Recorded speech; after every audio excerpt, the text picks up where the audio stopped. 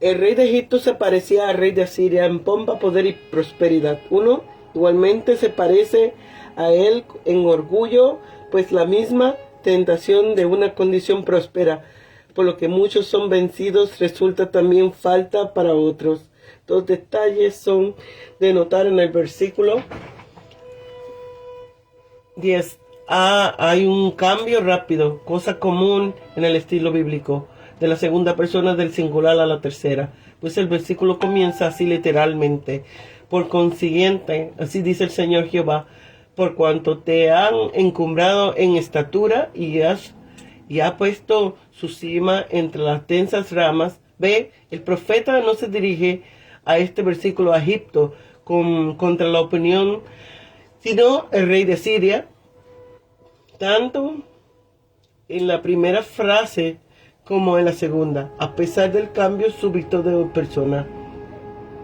¿Qué es lo que desconcertó? Nótese en Isaías 36:4, la forma altiva con que el asirio habla de sus éxitos. El parecido con el faraón está implícito. El asirio 2, como se parece también a él en su caída. Véase primero la caída del rey de Asiria. Si Ahares, rey de los Medos, en conjunción con Nabucodonosor, rey de Babilonia, destruyó Nínive y con ella el imperio asirio. Con respecto al asirio, tres cosas se afirman aquí. Primero, que es Dios mismo en el orden que ordena su ruina. Yo lo entregaré. Yo lo he desechado. Segunda, que es su propio pecado, según su maldad, el que le acarrea esa ruina. Tercera, que es un poderoso de las naciones paganas, el que esa ruina. Tercero, que servirá de instrumento para arruinarle. Ve, en esta historia de la caída del rey de Siria todavía subsiste el símil del cedro. Se hizo muy alto y extendió sus ramas mucho, pero en ese día va a caer. A pesar de ser un cedro tan majestuoso y tan fuerte, y lo cortan extranjeros, los más feroces de las naciones. Expresión que una y otra vez vemos explicada al ejército caldeo. Primeramente, le van cortando ramas, ciudades o regiones arrancadas a la monarquía siria. Después lo abandonan. Al final, quienes se habían acogido a su sombra, pues ven que ya no puede servir de protección. Finalmente lo que queda del árbol sirve únicamente de habitación a fieras y aves de presas. Esta vez en sentido literal, no como en el versículo 6. Los muertos de Asiria serán pastos de las aves y las bestias de presa.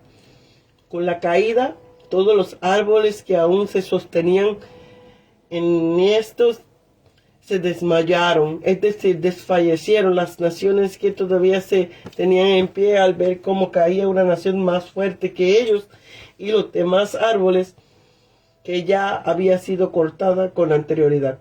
Y los demás se consolaron con la caída del asirio al mismo lugar al que ellos se encontraban, en lo profundo de la tierra.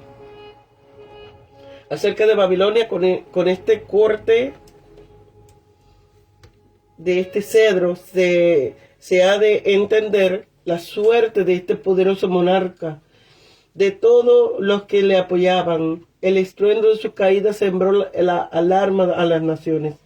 Le habían ido bien a Nabucodonosor cuando estaba ocupado en la demolición del imperio asirio.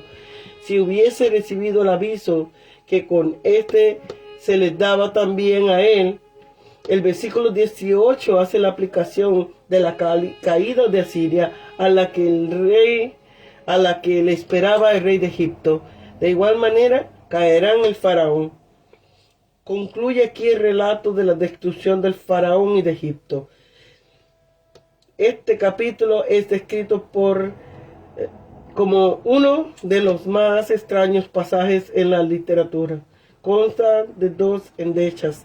Uno, la primera sobre Faraón, rey de Egipto, bajo el símil de un leoncillo cazado y muerto. La segunda sobre la multitud de Egipto, bajo el símil de un gran jefe, cuyo funeral se describe.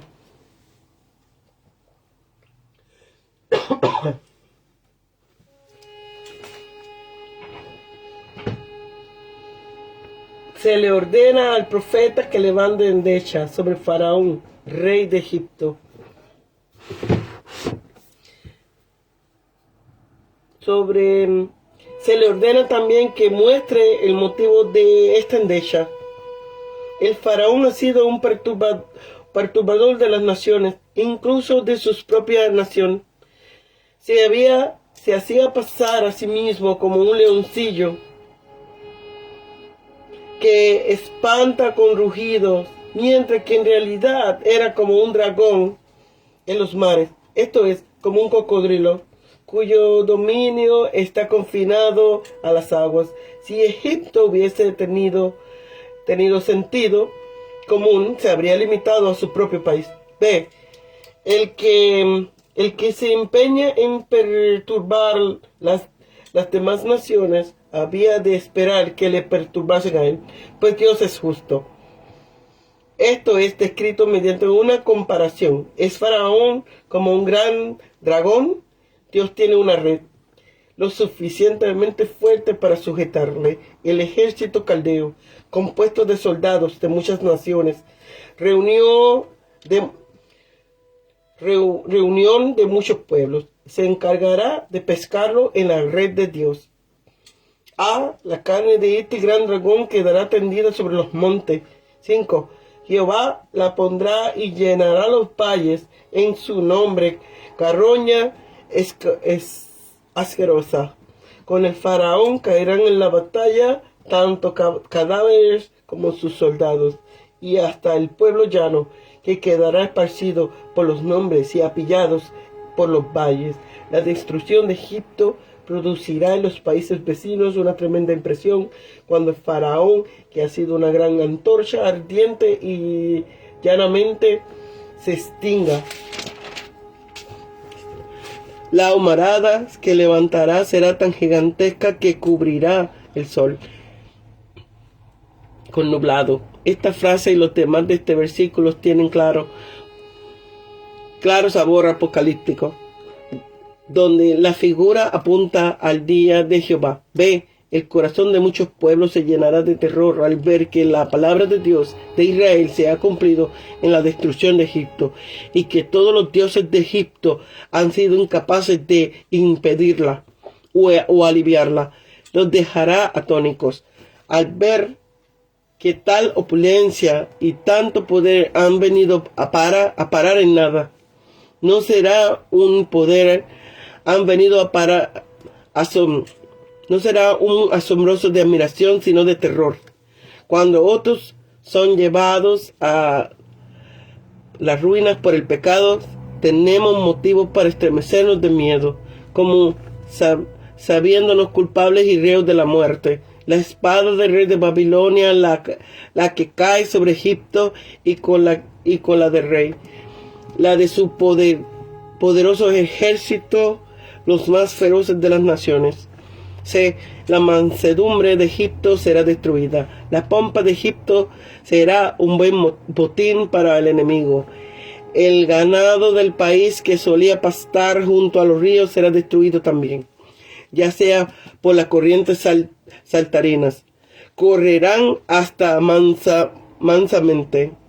Correrán ahora mansamente, como ríos de aceite, cual si se uniesen a su correr pacífico al duelo de la nación, al no quedar ya planta de hombre ni pezuña que puedan enturbiar.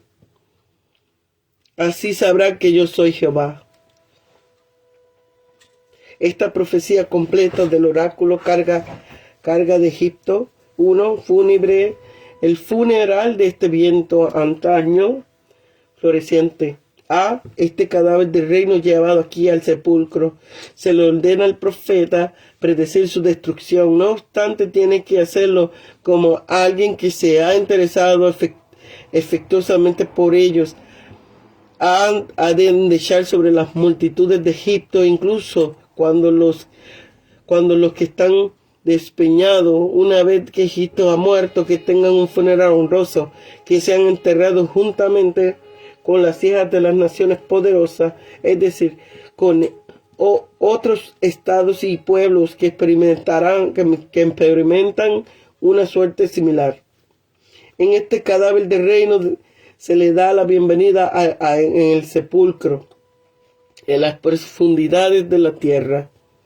Y por supuesto, aunque la sinónima no es completa, en el Seol, donde es investido con la ciudadanía de la congregación de los muertos, no sin alguna pompa y ceremonia. Allí yacen con el imperio asirio todos los príncipes y potentados de aquella monarquía. Allí yace también Elam, que habían sido un gran reino en la remota antigüedad. También Elam, pero quedó más tarde subordinado a Siria.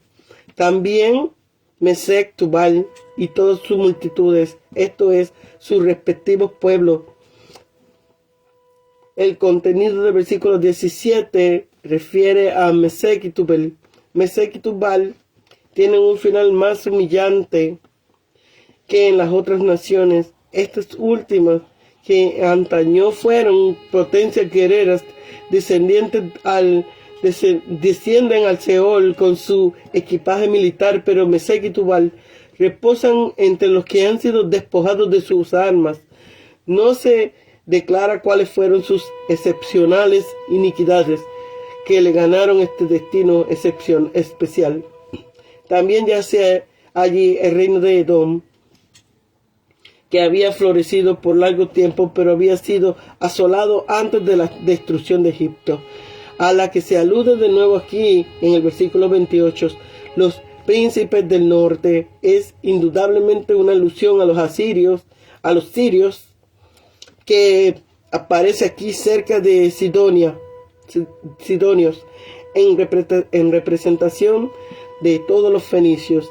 Todo esto es aplicado al faraón y a los egipcios en general, quienes no tenían ningún motivo para lisonjearse a sí mismos con la esperanza de tranquilidad, cuando ahora ven quebrantados como aquellos, a sus vecinos más sabios, más ricos y más fuertes. Todo el panorama que esta profecía nos ofrece de tantos estados que yacen para siempre arruinados, puede mostrarnos algunos del mundo presente y del imperio de la muerte en él. Los hombres se ingenian para hallar nuevos medios de destruirse unos a otros, no solo en el mundo un gran hoyo, sino también una gran reñidero de gallos.